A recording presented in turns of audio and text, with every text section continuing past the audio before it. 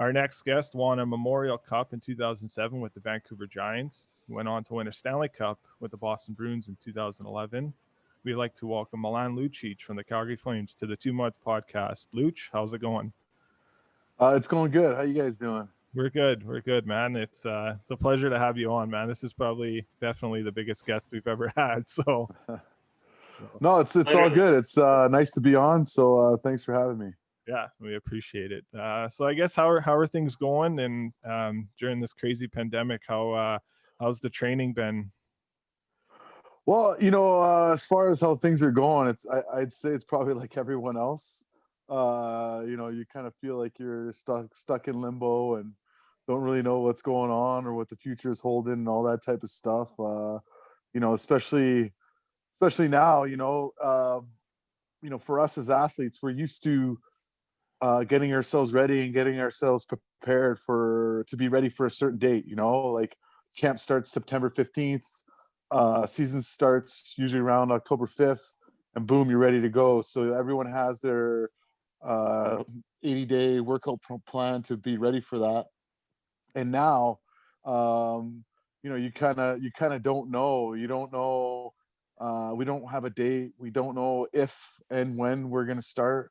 So, like I said, it's a lot of that in limbo, and it kind of messes up with your motivation a little bit at times. 2 weeks ago, I just kind of took a 2-week break just to get myself like mentally away from, the gym and all that type of stuff, because it was getting old, doing the same thing over and over and over again. So I took a little bit of a break, and hopefully we find something out here in the near future, so the motivation can get back to what it usually is in an off season. Yeah, for sure. I guess before we jump into things, I hand it over to Clay. I guess you've tweeted out some videos with the kids and shooting pucks. Like, how special has that been during this time? Yeah, it's that's one of the things I guess we miss out on this time of year. Not lucky enough to be here in Alberta. Down here in Calgary, they got a lot of those outdoor rinks and outdoor pads. So my kids early on were never really overly into it, but for whatever reason this year, they've been really into going out to the outdoor rinks, and so they drag me out there, and I just go out there and have fun with the kids and even other kids, just passing the puck with them and playing with them and stuff like that. And as a Vancouver kid, I never got to do that, so I guess I'm living up some childhood things that I never got to experience. That's awesome. Clay, you want to start? You take it over. Well, you speak about your, spending time with your kids and other kids. So today, my kids are stoked. I'm stoked as well. But a couple of years ago, I met you through one of our hockey team. My son Jace, his hockey team won a car dealership. One of those meet picture with Milan, and anyway, you got the pictures with the kids on the team. But not only that, what really struck me was you stayed after and got pictures with the siblings and other parents that were there that wanted, and you took your time, and I wanted to thank you for that. I know I did at the time, but it really meant a lot to my son. So no, that's good. And one of those things is I don't really I try not to forget what it's like to be a kid. I had Dean Lombardi tell me when I was in LA, he said, don't ever lose that little kid inside of you. So, when I see little kids and they're excited to meet me or any NHL player, you remember what it was like for you as a kid. And I was lucky enough, my uncle, he played in the NHL for almost 140 games. And I remember he brought us in the dressing room a few times to meet some NHLers. And so I was in their shoes at one point, and I just tried to return the favor, Yeah, right on. Well, take us through your minor hockey career. Where did you grow up? Where did you play? Who is your uncle? Is it? My uncle's Dan Kessa. He was he's my mom's brother. So we're from Vancouver, East Vancouver. My uncle, he played in the WHL for Prince Albert. Got drafted by the Canucks. Played for the Canucks for, I think, 19 games. Played a full season with Pittsburgh in 97, 98. and then or 98, 99, and then played a season with Tampa in 99, 2000. So it was pretty cool. When I was 10 years old, I got to meet like Yager and Kovalev and all those guys that were on Pittsburgh. And then the year after, it was, Vinny LeCavalier and Chris Gratton and Darcy Tucker and those guys that were on Tampa. So those were pretty cool. Then he spent some time in the IHL with Detroit Vipers and stuff like that. But like I was saying, I was an East Vancouver kid. I started off playing at the Agrodome, right off of Hastings and Renfrew, which is right beside the Pacific Coliseum. It's actually where they filmed the movie Miracle, in that arena. Oh, right on. Yeah, and then I transferred over to Killarney Minor Hockey, and then 4 organizations turned into one, and we were called Vancouver Minor Hockey Association, and it was all of East Van. But the part of East Vancouver that I grew up in, we didn't have a lot of top-notch or elite players. So actually growing up, I played mostly Tier 2. So I was never AAA because of zoning restrictions, I couldn't play in another zone. You know what I'm trying to say? Yeah, so yeah. I was stuck in the zone that I was playing in. And but you know what? It was great. I was just a kid playing hockey, loving hockey, had fun playing hockey. I had me and my one line mate, his name was David Narodowski. I was a center, he was a right winger. He was my line mate all the way through minor hockey, and we had unbelievable chemistry, and we were usually the 2 best players on the team. So we dominated growing up a lot. And then I got to say, because I was in Tier 2 and AA and not AAA, I didn't get a lot of exposure, heading into the junior ranks. And, that's why I missed out on the WHL draft. I wasn't drafted in the WHL. I made BC Best Ever U16 for the Vancouver region. But still, after being one of the leading scorers in that tournament, I still wasn't drafted to the WHL. And I got to say, I was pretty bummed when that happened. I kind of thought my hockey career, my hockey future was over. But I think the same thing happens in Alberta here. You get those invites for summer camps to junior B camps and BCHL camps and all that type of stuff. And so I went to a few of those, and I got to say, making a junior B team, just get my foot through the door into the junior ranks was probably the hardest thing I had to do because. Now, how old were you? Because I know junior B in BC is a little different than out here. The junior B you could play, or maybe you can now, but back then you could play junior B as an underage, correct? Yeah, you could play at 15. Yeah. But I didn't play at 15. I went back to midget. Okay. And then at 16, I finally made a junior B team, which was the South Delta Icehawks. And their affiliate was the Coquitlam Express of the BCHL. Mm-hmm. And so that summer, I cut it down to those 2 teams to be, just the affiliate teams and not have to drive around the whole lower mainland of Vancouver going from camp to camp to camp. And so those were the only 2 teams that I tried out for. And luckily and thankfully, I was signed to a junior B card with the South Delta Icehawks. And through that camp, I went on to Coquitlam Express camp, and I ended up being one of the last cuts for that team.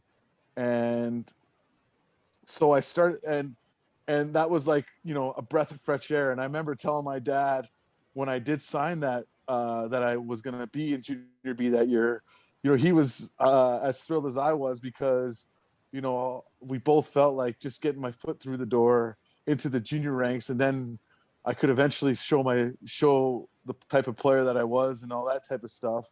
And then I only lasted 14 games with the junior B team, and then ended up playing 50 out of the 60 games with the Coquitlam Express. So, and then throughout all that, ended up being protected and listed by the Vancouver Giants. And then after we finished with the Coquitlam Express, I finished off with the Vancouver Giants. So my 2004-2005 hockey career, our hockey year, was probably the craziest and biggest one of my life, just because I went from not knowing what hockey team I was going to play on to, that spring, all of a sudden I'm, finishing off with the Vancouver Giants, and I played, I think, 2 or 3 out of the playoff games against Kelowna in that 04, or no, it was 04-05, sorry, 04-05 in the 05 playoffs. And then, I played the next 2, and then the next year I played Vancouver Giants, and then got drafted, went back, played again for the Giants, won the Memorial Cup, and the next thing you know, I'm in the NHL. So like I said, it all was within crazy. that span, eh? Like that's obviously that's when you knew your career is going. And that's, like I was talking about, in 04, the summer of 04, I literally had no clue where I was going to play hockey, to the start of October of 07, I'm lacing him up with the Boston Bruins in Dallas. What a story. So that's how fast and crazy it was. And that's why, when I said how, happy and excited my dad were when I signed that card for that junior B team, that was probably the happiest moment that me and him had, because we knew all I had to do was get my foot in the door, and then, hopefully everything would follow, and it did the way that it did. So that was the craziness of from 04 to 07. And then it all kind of went well after that. Unbelievable. Well, let's talk about your Vancouver time, and I mean, we'll get into the Memorial Cup and whatnot, but you go from junior B to Coquitlam to now you're with Vancouver. Now you have Don Hay, who is one of the world-renowned junior coaches. You put him up there with Brian Kilroy, that kind of thing.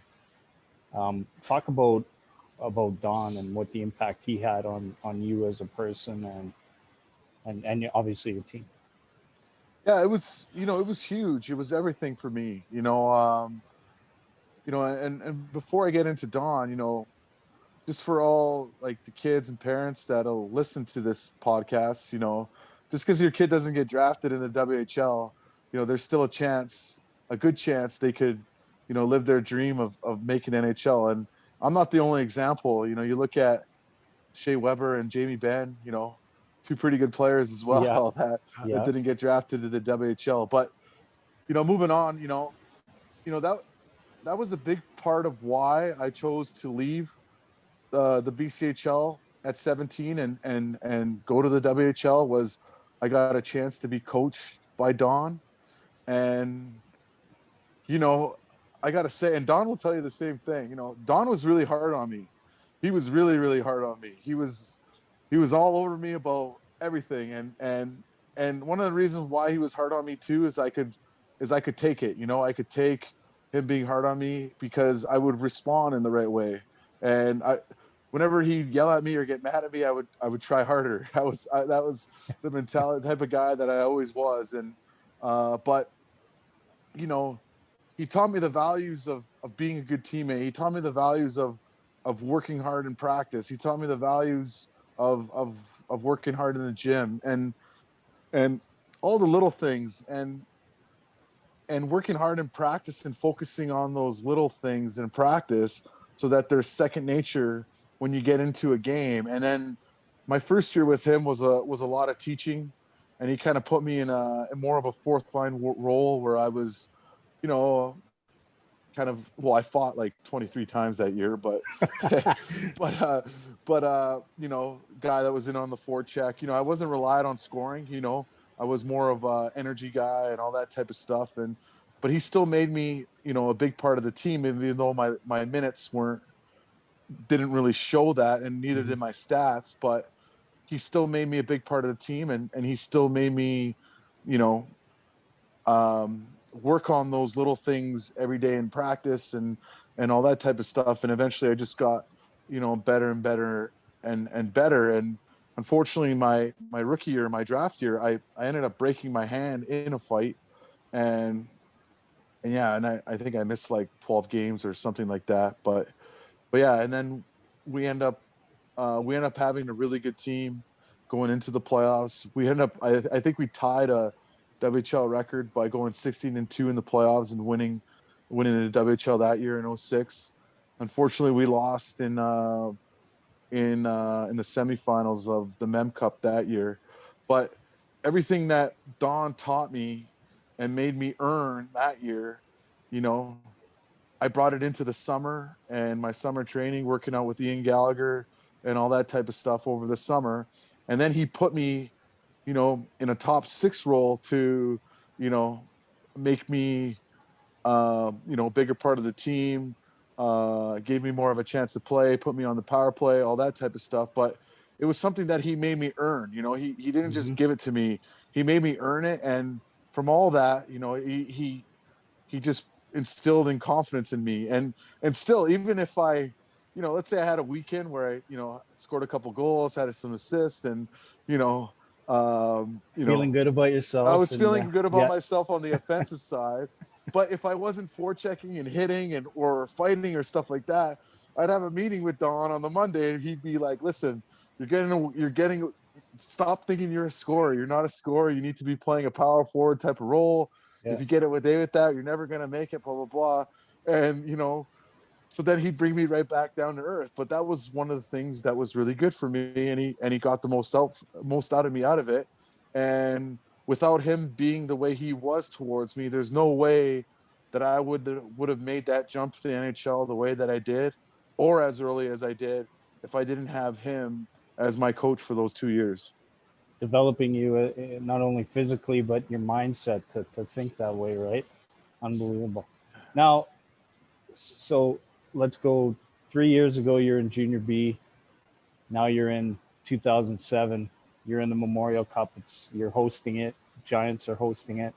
And you go to MVP, you win it. And talk about, how special that was. And we all know that championships bring out the best in teammates. And I in particular, I want to talk about one of your teammates, Craig Cunningham, from that team. So maybe talk about what it meant to you winning it at home, and then the bond that you formed with your teammates from that team. Yeah, it was a lot of us were from the team the year before, and we just lost in Game 7, double overtime, to Medicine Hat. So, we felt like we had the biggest chip on our shoulder coming into the tournament. We felt like, we wanted to come out of this season with something, because, we went all that way and we lose in Game 7 and, in double overtime. And then we lost the year before the Mem Cup, and it took away from us going 16-2 in the 06 playoffs. So, we had a fire lit up underneath us, and we felt like we had the most to prove to get something out of it. And, being in that Pacific Coliseum, we had like 16,000 fans every time we played, which just added to it. And me, like I said, being an East Vancouver kid, the Coliseum's like 10 minutes down the road from where I grew up. So, and the Agrodome is right next door where I started playing hockey. So, all that comes to it. Unbelievable. All that just added into, winning a championship like that. And yeah, being the MVP, that's great on a personal standpoint, but it's not as good as the actual winning of the championship. And like you said, the bond that it creates with you and your teammates. And, we were such a close team, everything that we went through, not just that year, I think the 2 years all together, just coming up into that moment and winning that Memorial Cup at home the way that we did. Yeah, it's something that is never forgotten. And every time I see, a guy from that team, there's always that special bond there. And we were lucky enough to have a 10-year reunion the summer of 2017, and I think only 2 guys didn't show up. So it was a lot of fun to get the boys back together. And yeah, like you said, it's a bond that's never broken, and it's a band of brothers that are together for life. Awesome. So again, I just wanted to ask you your relationship with Craig Cunningham and all that he went through, and it kind of ties into to that bond that you have, and with his tragic illness in 2016, and how you reached out, and I'm sure everybody did from that team. Well, yeah, I've been really good friends with Craig since his rookie year, and that was his rookie year in 2006, 2007. He was like this timid, shy little kid from Trail, BC. He unfortunately lost his father a few years before coming to that team. So, he, like I said, he was like this shy little guy, and he actually, he went that whole season without scoring a goal, and he that was hard on him, to be perfectly honest. And to see him grow as a person, as a player, after that season was pretty awesome. And then he was drafted in Boston, and I was there when he played all his NHL games in Boston. We were in camp together all those times, and we were actually, I think, line mates 2 or 3 games when he did play for the Bruins. So it was pretty cool. I didn't get a chance to see his first goal as his teammates in the WHL, but I did see his first goal in the NHL, which nice. I think is a little more special. So it was cool to see him as a 16-year-old and what he grew into. And then obviously, he had that tragic, event happen to him with the cardiac, whatever it was, that day. And, it actually ended up being when we had a day off. I actually had a day off in Arizona that day, and a buddy of mine let me borrow his car, and I drove from Glendale all the way to Tucson. It was like 2 days later to visit him in the hospital, and it was pretty crazy to see him there, laying and hooked up to tubes and all that type of stuff. And at that time we still didn't know if he was going to make it, but to see him now, battle through that and everything he's gone through the last couple of years and up and running again, it's great to see. And he's still a good friend of mine, and we keep in touch all the time. And so yeah, he's already been through a lot in his life, and he's just turned 30. But he's got a lot of life left ahead of him, which is I think that we're all thankful for. Perseverance. Definitely. So Milan, we go to 2006 in your draft year. It's probably a stressful time for you. You're going up and down in the rankings. Tell us of some of your favorite memories of that draft year and the draft day, if you can. Well, once again, luckily and thankfully, the draft was in Vancouver that year, so I didn't have to go anywhere. So that was pretty awesome that I got to experience another big thing in my hometown. Yeah, just the whole thing. We win the WHL. We go to the Mem Cup, and then right after that, I got to go to Toronto for the Combine. I think I had like 16 interviews with the 30 teams, and a couple workouts, all that type of stuff. So to be honest, I didn't have a lot of time to really overthink things because we had played all the way to the end of May, and then 2 weeks later was the draft. So it wasn't like, I had 2 months or anything like that to really overthink it. I just was worried about, trying to win the Memorial Cup, which, thinking about it right now, it's kind of was a blessing in disguise that I didn't really have to overthink it from that standpoint. But it's really funny. I met with LA like more than any other team. I think I met with them 3 times. I met with Nashville twice. I met with New Jersey twice. So those were the 3 teams that I thought I was going to. I didn't know where I was going to. No team told me where I was going to or anything like that. Boston was actually my first interview at the Combine, and I didn't really think much of it when I had the interview with them. So, but looking at the picks and stuff like that, I knew LA had the 48th pick. So that's where I actually thought I was going to go. And then Nashville had the 56th pick. So I thought I was going to go either 48th or 56th. And once I wasn't taken by LA, I kind of stopped paying attention and was like, oh, okay, Nashville is at 56. I'll probably go to Nashville. And I actually had two with St. Louis, and St. Louis had the first pick of the third round. So those were the teams that I thought I was going to go to. And it was really funny. My name got announced at 50 by the Bruins, and kind of I had 17 people with me, with my parents, my grandparents, my brothers, my uncle, and some other people, other family members, cousins, and all that type of stuff, aunts and uncles. And anyway, so and there were some Vancouver Giants fans that came there as well, and everyone started cheering, and I actually didn't hear my name get called, and that's what happened. And then the box right behind me in Ron Toigo's box was the whole Giants crew with the Bonner brothers and Don Hay and all them, and they all started cheering as well. And like I said, I didn't hear my name get called, but to be honest, and then I was like, oh, okay, this is cool. I'm going to Boston. And to be honest, a kid from Vancouver, back when there was no center ice and you didn't watch many teams other than your own team on your cable network, and then you got to watch Toronto on Hockey Night in Canada, you didn't watch a lot of teams around the league. So to be perfectly honest, other than Ray Bourque and like Joe Thornton, I didn't know much about the Boston Bruins, and I didn't know much about the city of Boston. I didn't really care much about the original six and what any of that meant. So for me, I was just like, oh, this is where I land, and this is where I'm gonna go. So and we had a party set up that we were gonna have at my house that I grew up at with my parents after the draft. So I was kind of like, okay, I got drafted, do what I had to do, meet all the Bruins people, and I just wanted to get back home to the party, the backyard bash that we threw on. And so Awesome. that's kind of what draft day was like, for me.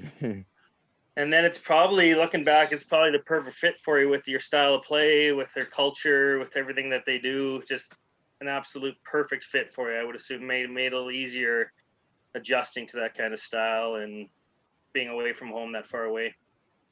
Yeah, for sure. To be honest, like, now once I got to learn what it meant to be a Bruin, the history of the going even back to the Eddie Shore days, Bobby Orr and the Big Bad Bruins, and then learning about Terry O'Reilly and Cam Neely and all these guys, it just seemed like it was a perfect fit. And then with Peter Chiarelli coming in, and him hiring Claude Julien, and then the organization hiring Cam Neely as the vice president in 2007.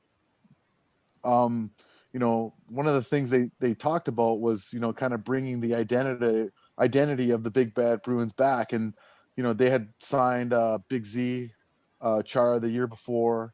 Then they brought in me and Thornton, and then, a bunch of other guys after that. And, everything kind of just fell into place. But yeah, not knowing anything really about Boston or the Bruins, I don't think I could have handpicked a better place to put myself than Boston. No and then kidding, yeah, and going there as a 19-year-old, having to kind of find my own way, figure out the city myself and all that type of stuff. I feel like I was just so lucky to have lived in a place like that. I lived in the North End in Boston, which was the Italian neighborhood. And I spent a lot of time walking around and, meeting people and all that type of stuff. If you ask me, it's one of the better cities in North America. And, I got to call that home for 8 years. And like I said, I'm just so lucky and thankful that I was able to do that. And, I spent most of my 20s there. So that's where I got to, grow up as a person. And yeah, I wouldn't have it any other way looking back at it. Awesome. Then that time you got that year you played a lot with Krejci and Horton. For speak more just on the ice, that's a pretty darn good line. What do you think made that line so good? Yeah, it was one of those things where we all just clicked right off the bat.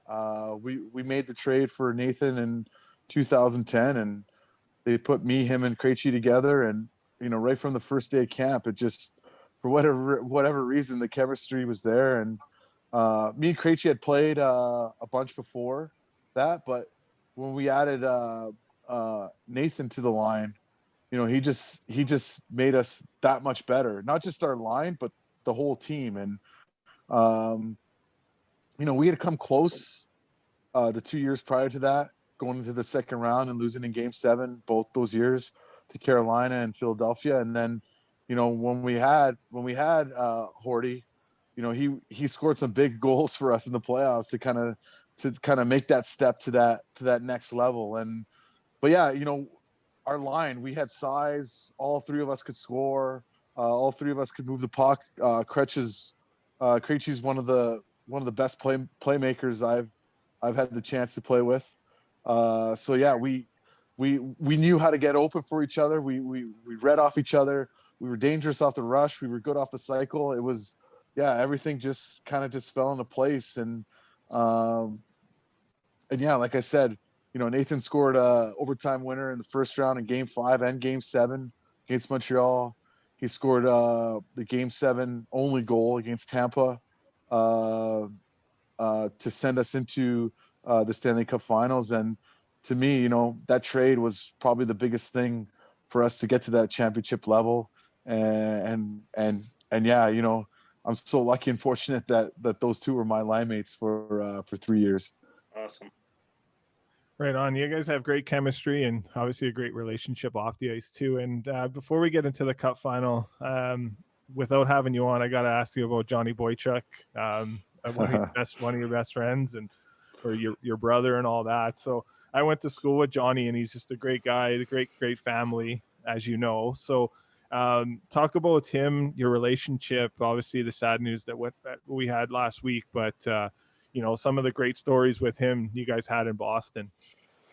Yeah, it was really funny. It was one of those things where we kind of just got along right off the hop. Similar upbringings. He's one of three boys. I'm one of three boys. He's Ukrainian background. I'm Serbian background. He grew up in a rougher part of Edmonton. I grew up in a rougher part of Vancouver. Both kind of like the same things, so we kind of got along right off the bat. Yeah, and his first year in 2009, 2010, we ended up being roommates on the road. So yeah, we spent a lot of time together. And honestly, those 5 years, I that we were teammates, I think we literally spent every single day together that we could. And yeah, so we had a lot of fun, me and him through those 5 years. And obviously we still keep in close touch, and every time we got to play against each other, we met up for dinner and all that type of stuff. And we both went to each other's weddings. He's got 3 kids. I got 3 kids. He's up the road in Edmonton right now. I'm down here in Calgary. So, it wasn't for these COVID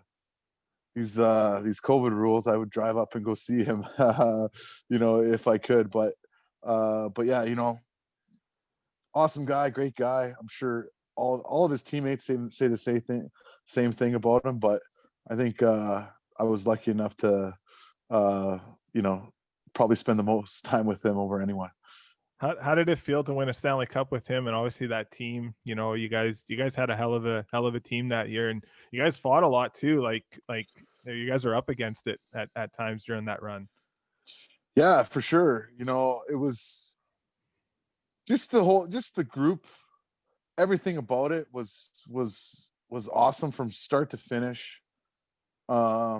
We started that year. We played an exhibition game in Belfast, Northern Ireland. So we were in Belfast for 3 days, and then we played Phoenix in Prague twice that year. So we ended up in there for 5 or 6 days. So starting a year in Europe, it was one of those things. And this is before everyone even had an iPhone, which it's crazy. Like, everyone on our team still had Blackberries. This is only 10 years ago. But yeah, we were all, and a bunch of our phones didn't even work. So it just felt like we were a bunch of kids, and we bonded right off the hop in Europe on that trip. And it just translated throughout the season. We had a lot of great times through the season, and we had some adversity and some crazy games throughout the year, which just kept building as the year went on. And then we go down 0-2, we lose our first 2 home games in the first round against Montreal, and then we got to go into Montreal and try to win at least one game. Where I think we lost like 6 or 7 straight in Montreal. So it was like, okay, how are we going to pull this off? But we did that. And then we play Philly in the second round, who came back on us after, we were up 3-0 in the series. They pulled off that historic one. So, we were like, okay, we got to put them in their place this time. So we smoked them. We beat them 4 straight. I think we outscored them like 20-4 in 4 games in that series. So we, like, when I say we smoked them, we actually did smoke them in that series, other than game 2. Yeah. But and then we played Tampa, who kind of came out of nowhere. They came out of nowhere, and they gave us a good ride, taking us to 7 games, and we beat them 1-0 in game 7.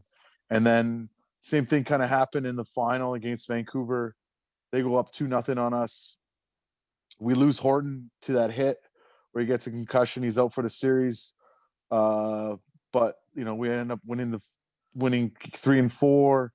We lose 5 again in Vancouver, 1-0 game. Could have went either way. And then then for whatever reason, everything just went our way after that. 10 minutes in the game 6, it's 4-0. And then we beat him 4-0 in game 7. So like I said, just that whole season as a whole, from start to finish, training camp, all the way to raising the Stanley Cup, it was, it was probably one of the best, if not the best, years of my life. And I'm so grateful that I was a part of a team like that. And not only that, we were a team that that fit that identity of the big bad Bruins, and we were the guys, that brought it back to Boston after 39 years since Bobby Orr. So that 2011 team will always have that on our resume. We were the guys that brought it back to Boston, from 1972, since Bobby Orr. So it was pretty cool too. And also, sorry, I know I'm rambling here, but but like the Patriots were winning, the Celtics won in away. I was going to say that. Yeah, the Red Sox were winning. So to be a part of that whole winning culture of Boston, that just adds to it all. You know what I'm saying? So it's just awesome to be a part of. Yeah, no, for sure. And there's one of the moments I've gotten a lot of people text me and want me to ask you about is the hit you laid on Ryan Miller in Boston in 2011. It's just like, I think to a moment where it's just like, it speaks to the presence you had in the game then, and you still have today, where nobody wants to, we can swear on this podcast, but no one wants to. He didn't hit him. He bumped him. Well, he was in Lucic's way. So, but is there is there a good story to that, backstory at all? Well, what happened on the play is I think it was like Vanek who took a shot, and it hit me in the shin pads, and I'm going on a breakaway, and I look up and I touch the puck at like just over the red line, and I look up, and when I hit the puck, he was still in his crease, and I was going 100 miles an hour. When you get in a breakaway, you hit those, you find extra speed. Every player has it. They'll tell you. When you have a breakaway, you find the 5th gear. Anyways, so I look up, he's not there. I look back down. I overhit the puck, so I'm trying to skate even faster to get the puck again. And I look up again, and he started going out of his net. And by that time, I couldn't get out of the way. So I just braced myself. And obviously me being, I'm like 60 pounds heavier than him. Me being just heavier than him, it turned into what it turned into. But and I'm being completely honest here, that's exactly what happened on the play. And Unfortunately, he got the worst out of it. Yeah. And yeah, it was a little surprising that no one did anything on it. Nobody did anything about it until the next game Yeah. against Buffalo. And what's funny? Buffalo was actually first place in the East when that happened, and I think they finished bottom 2 or 3 after that. So that kind of crumbled their team. Yeah, hurt them a lot. And Jack Edwards, as everyone knows, the play-by-play guy for the Bruins on Nesson. Yeah. He even came out and said, that hit is directly has turned into the Jack Eichel pick. So he said the Sabres fans can thank me for Jack Eichel. So there you go. That's my story on it. And now Taylor Hall and all that. Good. Yeah, there you go. So you go on to LA. Speak of your time there. We had Mike Fuda on our podcast not too long ago, and he spoke glowingly about you. No surprise, you are a great guy. So, in your relationship, kind of tie into your relationship, obviously, with Giordano too, because he said he actually told a good funny story that everyone's got to go listen to. But on the rookie night in Toronto, so yeah, well, you know what? I got traded to LA. I was at an up and down season in 14-15, and then in Boston. Well, I just come off wrist surgery, and it was a pretty big wrist surgery. And you know what? I think I rushed it coming back. I should have took some more time off. And when I say more time, I'm talking like 6 to 8 weeks. And I started the season that year because I didn't feel like I was ready to play. But whatever, and that year we missed the playoffs by a point, in Boston. I think we ended up having the most points in a season to miss the playoffs with like 95 or whatever it was. And then they fired the GM Shirelli, and then I didn't know what was going to happen. Obviously, a lot of speculations, all that type of stuff. So I wake up on draft night, I'm getting ready to go work out, and Elliot Friedman tweets out, "Oh, there's something brewing between the Bruins and LA with me going to LA." And you hear that you're going to get traded to Los Angeles. Sometimes you're going, all right, it'd be pretty cool to play in California. You get to live in the sun, all that type of stuff. I just lived in Boston for 8 years, kind of starting to get sick of the snow here. Yeah. But, from that, and, they just won 2 cups, it'd be pretty awesome to go play in LA. Drew Doughty, Kopitar, Brown, Carter, all these guys, Quick, get traded to an elite team like that, get to play for Darryl Sutter, that'd be pretty awesome. And then after my workout, I found out it fell through. But all of a sudden, right, I think it was like I was in Kelowna at the time. It was like 2 p.m.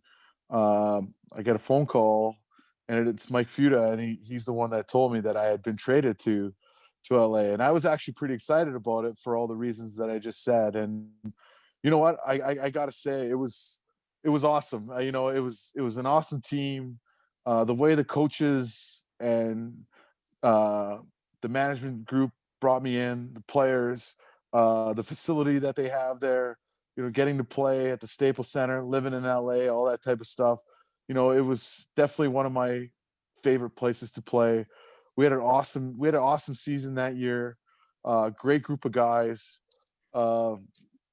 Unfortunately, we ran into San Jose, who ended up going to the finals that year, and they came at us pretty good and beat us in 5, but which was unfortunate because we had a really, really good deep team. But I gotta say, like, I'm still friends with all those guys. I keep in touch with Darryl. I've been to Viking 3 times to go visit him. I probably keep the most touch with Mike Fuda, who's such a great guy and such a good person, who you guys had on the podcast here. And yeah, he saw us this January back in Toronto while we had a rookie dinner night, and I think I smacked him a little hard on the shoulders a few times there, but I think I was overzealous about when I did see him. But every time I see him, I think about the great year that we had together in LA. And I went through a lot that summer, with my dad dying, and then I had a second child, and then a month later I got traded. But the way they brought me in and treated me and you know, and brought me in, they helped me get all through that and helped me along the way. So it was a really, really good special year in my life as well. No, for sure. And he's a great guy, a great mentor too. We're almost running out of time. I want to touch on the Battle of Alberta. Obviously, you played on both sides of it, and you played with some really good players, obviously here in Edmonton. But you got some great players in there in Calgary too. But now that rivalry is back, it's been 3 decades since we've been waiting for it. So how does it feel? How does it feel to be on both sides of it, and the potential of an all-Canadian division where there could be some more sparks fired? I think it's great. I think it's great for hockey. When I got to Boston, the Bruins Canadians rivalry wasn't there anymore. It was one-sided. Montreal was just kicking the crap out of Boston all the time. And then while I was there, we met 4 times in the playoffs, and it was as heated as ever. So it was awesome, and it was great for hockey, and everyone was talking about the great rivalry again. And it was the same with LA Anaheim when I was down there, in LA San Jose. And those are things that gets fans excited about games or these rivalries, right? Like that's what they're all about. And not just fans, the players. We want these meaningful games. We love being a part of these meaningful games. And yeah, it's those are the nights that you have circled around your calendar are now being a part of a Battle of Alberta. When I was in Edmonton, you didn't want to lose to Calgary, and now that I'm in Calgary, you don't want to lose to Edmonton. And yeah, so it's great that it's fired up again and people are excited about it again.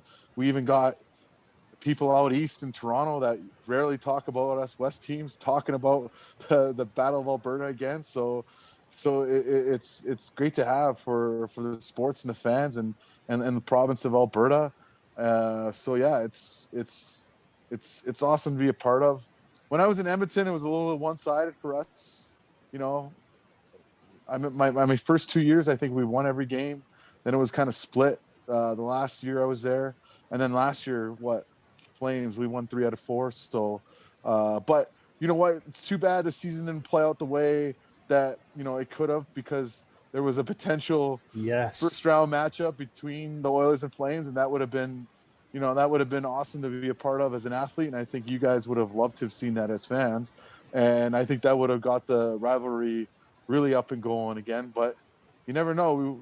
We could see that in the near future. And, like I said, I got to be a part of 4 Bruins Canadians playoff series. So I'd love to be a part of all Alberta Battle of Alberta series. Just stay away from 97-29. Okay. Well, I'm good friends with them. I know. But when it comes to especially playoffs, you got to show you got to do what you got to do to win, right? Yeah. That's right. We'll finish up on two questions here, and Jeff Ward getting the head coach job with you guys there, and obviously his time dates back to Boston with you. And how special was that to see him become the head coach? Yeah, it's I was really happy and excited for him.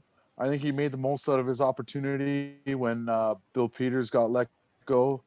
I think the reason why we started playing really well again as Flames was because when he took over. Obviously, like you guys said, I got to spend 7 years with him in Boston, won a cup with him.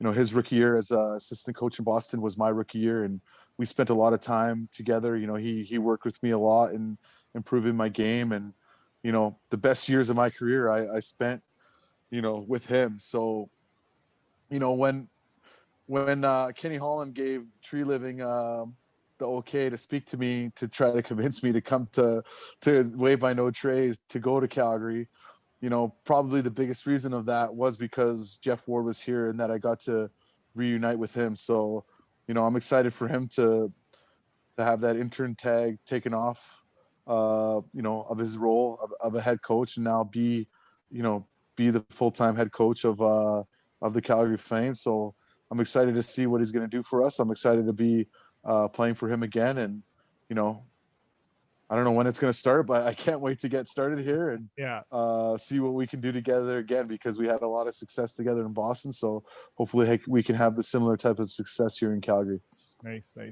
And without this interview, Mo helping us out and getting us in touch with you. So one of the beauties, some great Northside boys. So, and obviously Petro, who's there with you too. Speak of those two guys quickly, and we'll finish up on that. Two beauties from the North Side. Yeah, you know what, Mo probably for guys that weren't a part of hockey in Edmonton, he was probably my best buddy there with just first meeting him, coming to the rink, cutting our hair, and then just getting to know him at the arena there, and then going out to his stratified locations. I've been to the North Side one more than the one downtown, and then he took me to. I even went to Sahara with him for lunch one day, just to get some Lebanese cuisine in. So we did spend some good time together, me and Mo. So like you said, he is one of the true beauties of Edmonton. And Petro got an opportunity to be a teammate with him in Edmonton, and we had some good times together. I remember the one time when they just opened up that Top Golf in Glendale. Yeah. And we were out of it. We were out of it with the Oilers, so we were having fun. 8 of us went to that Top Golf right across the highway from the arena. And Petra will tell you this. I think we spent like 5 hours golfing there at the Top Golf. There was 8 of us, so we had a great time. And then another time too, when we ended that season here in Calgary, Hitch told us we didn't have pregame skate the next day, and we had an 8:00 game. So that on a Friday night is kind of a green light. And we had Ty Ratty on the team. He always talked Calgary up and how good time it was. Yeah. And he was from Airdrie. So so when the bus dropped us off at the hotel here at the Sheraton in Calgary, I was like, okay, let's see what your city's all about. So I told the bus driver to wait. So I think there was like 16 of us. We all went to the Boston Pizza in Airdrie here. Yeah, I seen that picture on Twitter. Yeah, and because Ty Ratty talked about how great of a time it was. So a bunch of us, even like it was me, Connor and Leon were there. Like there was a good chunk of us. Luckily, there was like only one other person in there. And I remember like the bartender and waitresses were looking at us going, what the hell are these Oilers? Like even Connor's here. They're all here in the Boston Pizza out in Airdrie. But we had a good time out there. So yeah, you know what? I love that I'm back with Petro. So another North Edmonton beauty, just like Johnny. Yeah. I seem to get along with the North Edmonton guys better than other guys. So I'm a North Sider too. These guys are Millwoods, so they're in the soft side of Edmonton. So. Brody St. Albert. Yeah. The South Siders, they're always the soft ones, right? The North Siders. South of the river. It's Millwoods, buddy. Yeah, but yeah, you know what? I enjoyed my time in Edmonton. Got to meet some beauties, and but yeah, it was a good time with those guys. I want to end it. I just want to ask you. Obviously, Joey Moss passing away last month, and I wanted to know what kind of impact he really has. I think everybody kind of understands, but if you have a story to tell or what he meant to you as a person. Obviously, before I got there, you hear the legend of Joey Moss, and he was, was a legend in Edmonton. He was a legend in the Oilers organization. The big, just even seeing the galas that they had for him, at Ford Hall there when it was built, to raise, one of the years he was, it raised for, Down syndrome and all that type of stuff. But, who he was at the rink and how happy he was, and, whatever you had going on, if you were playing bad or something was going on, or you were pissed off, or that the coach was mad at you and all this type of stuff, then you would see Joey comes in, he's happy, he'd chirp you, he'd even tell you to fuck off once in a while, ask you if you combed your hair with the pork chop, one of those things. And then right away, he gave you an appreciation of life and that the fact that you're living your dream and of playing in the NHL and all that type of stuff. And here's this guy, like I said, a legend, but he had Down syndrome and all that type of stuff, but he came to the rink, and when he was there, he was happy to be there. He made everyone laugh. well, he probably took losing harder than anyone. Oh my God. Really, If we lost the game, Joey was pissed off.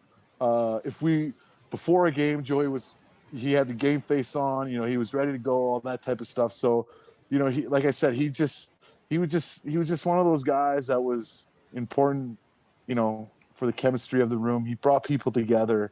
He was so impactful that way. And, he's truly going to be missed. And his last couple of years, you could see him, slowing down. He didn't come to the rink as often, all that type of stuff. It just goes with, the way of life for him. But, at least I got to experience, him before it went that way. And like I said, he was so good. And that year we made the playoffs in 17, him being around and all that type of stuff. It was, he just added to the experience of being an Oiler. well said, Milan. Yeah. Thank you. Well, we'll finish up on that, Luch. I think we believe in the hockey gods here, and you got drafted in Vancouver. You won a cup in Vancouver. You're 42 games away from 1,000. I think that's going to happen in Vancouver. Let's hope. That'd be awesome. Yes. Yeah. Let's get back on the Waiting ice, for it. and I appreciate you joining our podcast. It was awesome. All right. Thanks for having me, guys. Have a good one. Yeah, you Thanks too. very man. much. Take care. Good luck. All the best. Thank you.